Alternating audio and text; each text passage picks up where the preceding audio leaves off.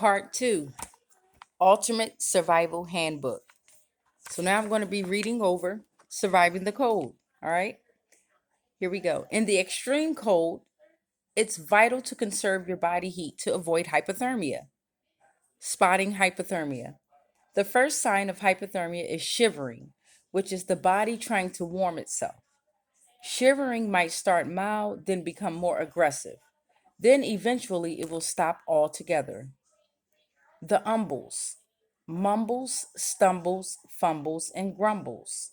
Hypothermia victims may slur their speech, become confused, and lose their coordination. They will eventually become apathetic and irrational. That is a sure danger sign. Treating hypothermia. Once your body loses its ability to reheat itself, your only hope is to add heat. Replace the victim's wet base layers with dry clothing. If they are conscious, feed them calorific drinks and food, and have them exercise in short bursts. Avoid alcohol and caffeine. If the victim is unconscious, put them in a sleeping bag, if you have one, and insulate them from the cold ground.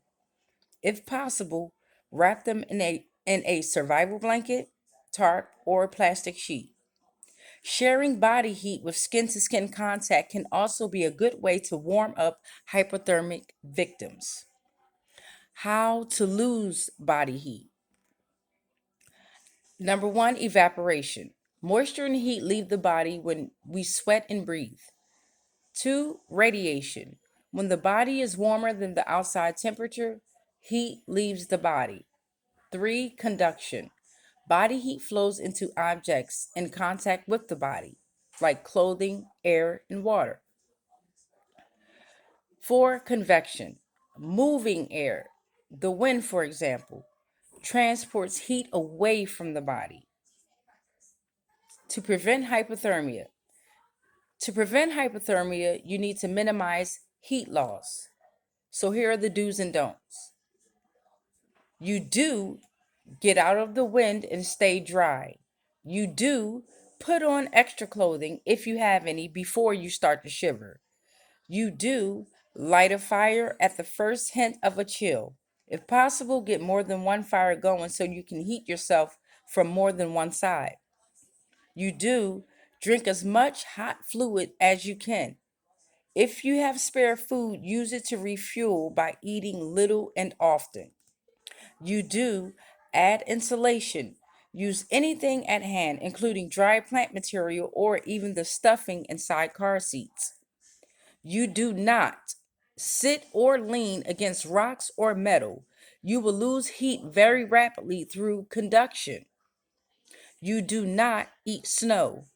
It not only takes body heat to melt the stuff, but it cools the body from the inside.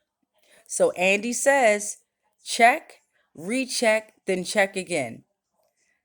That you're not losing heat through evaporation, radiation, conduction, or convection.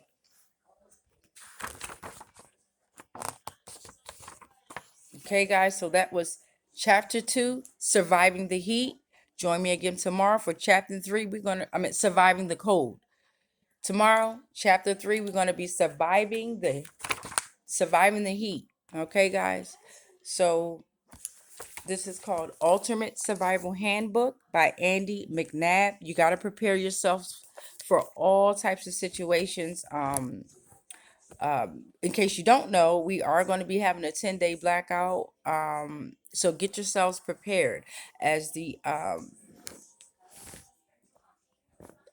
is terraforming back into its original state. We are going to have about a 10-day blackout. Okay, guys, prepare yourselves. Prepare yourselves. And what a better way to do than to sharpen your minds. Ultimate Survival Handbook. I'll be reading chapters. Peace.